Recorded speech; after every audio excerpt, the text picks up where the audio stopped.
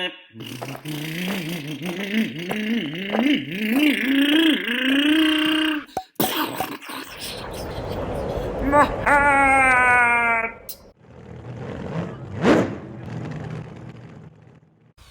So the problem with the Fortec 3.0 for many is that it doesn't track straight, but watch, I'm going to turn my wheels all the way to the right and floor it, and it tracks pretty straight even if I'm turning the wheel.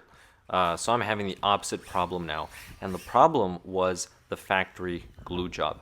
That's the problem. So the factory tires here, just cut them and re-glue them, but make sure you glue the bead. So these are the stock tires. They just became unglued every time when I replaced the system. So just use a Q-tip or something. Use some rubbing alcohol, for example, the 70% isopropyl, and just clean the entire bead inside. If you open it up, there's no glue inside. There's absolutely no glue on the inner part of the bead, and that's why the tires, when you replace the system and add power, it will unglue, and then that causes the tire to balloon. And when the tire balloons, then you have a different diameter on one side or the other. So you need to make sure that you just dab glue inside of the bead, because the problem is one tire will become unglued, maybe it's the rear left, and then you re-glue that, and then it'll be maybe the rear right or the front right. And then if you only re-glue the front, say you're doing just the front part of the tire, like here, then eventually the inner part of the tire is going to become unglued. So just take the tires, grab a little razor blade, and just cut the tires off of the wheel, separate them. You're going to notice that the glue is just superficial. There's no glue on the inside. Try not to glue your fingers. And re-glue every single one of the tires. So that's the biggest issue if your Fortec 3.0 is not tracking right. And the reason why I'm saying that is I didn't have that problem with the stock system. I only started having a problem of it not tracking correctly when I put in the more powerful system.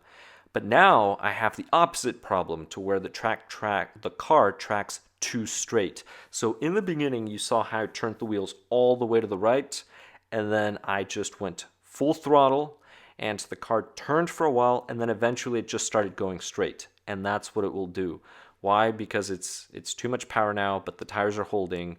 There's not enough grip, so it'll actually track too straight. It doesn't really want to take turns. So high speed, it's actually very, very stable. So just re-glue the entire tires.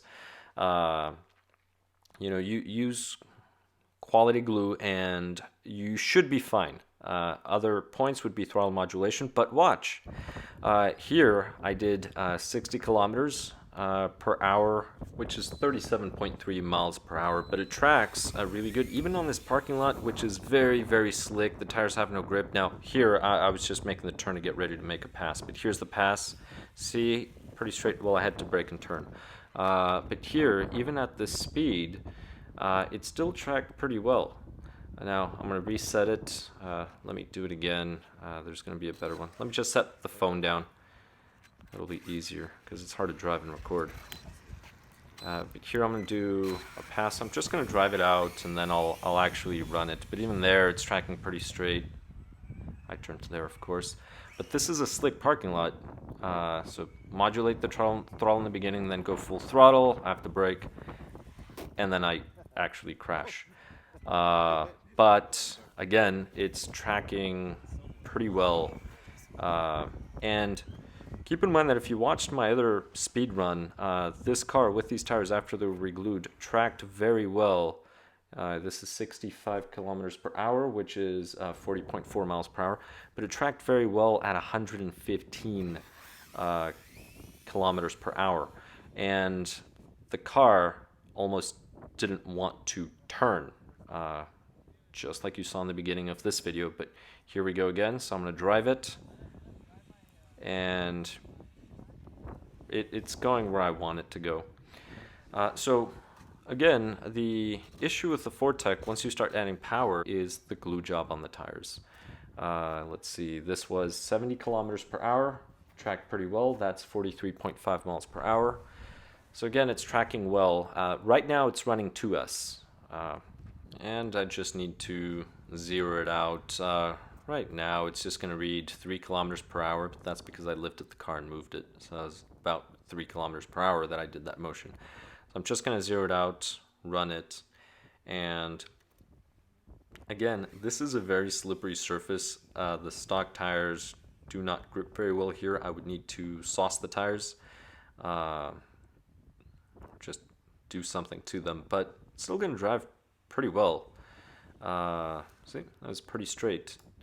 And keep in mind that all of these speeds are faster than factory. I mean, this right here is going to be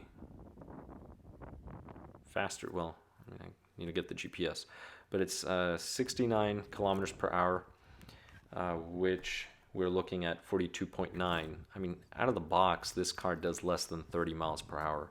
So this is quite faster. And I do have another video with the speed runs with the stock speed. And for all of you that have this, you know it's not very fast. That's probably why you upgraded the car. I actually do like this car better for speed runs because of the longer platform compared to the 2.0. The problem that I'm having now after I reglued the tires with more power is that the car won't turn. So I'm actually having the opposite problem. I have to go slow so that these tires can grip and it can turn. So that's something else you may want to consider. If you're just doing speed runs, you know, it doesn't matter, or maybe you can just get some foam tires or belted tires. But I think these tires are good enough for speed runs up to 70 miles per hour. I've run this faster than 70 miles per hour. But here, a bit longer straight, so I went a little farther. Now, here's the car. And even here, you can see 74 kilometers per hour. That's 46 miles an hour, and the car tracked pretty straight. So I do encourage you to watch the other part where I did 70, and you will see how well it did once the tires were reglued. What? Oh, my hair! My arm! My rod!